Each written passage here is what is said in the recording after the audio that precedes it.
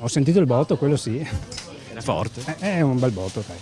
Sarebbe stato il movente passionale e non certo una finalità eversiva né riconducibile alla criminalità organizzata, come peraltro i carabinieri avevano escluso da subito, ad aver mosso l'autore dell'esplosione nella centralissima viale San Marco, a qualche centinaio di metri dal municipio di Marcon, ad esplodere attorno alle 17 con un boato avvertito ad oltre 1 chilometro di distanza, una bomboletta metallica posizionata sul muretto condominiale esterno di un palazzo all'altezza del civico 16-18. Ci potevano essere delle conseguenze molto serie. Assolutamente sì, perché io subito poco dopo essere avvenuto il fatto ho presenziato nel luogo e si emergevano numerose schegge, numerosi pezzi e detriti, insomma, provocati da questa esplosione, di questo ordigno, non saprei neanche io bene come definirlo.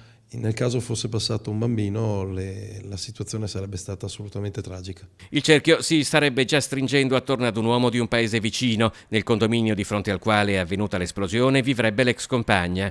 Ha agito a volto scoperto e in più di uno lo ha notato, come ci racconta un testimone che preferisce non apparire in video, mentre girava in bicicletta nei pressi del palazzo, fino all'esplosione. Una cannonata che non vi dico. Abbiamo preso uno spavento tutti quanti, quelli negozi qua sono usciti tutti quanti. E lui si è girato, è tornato indietro, siamo corsi e ha detto niente, è stato un petardo ed è andato via. Che impressione ha avuto?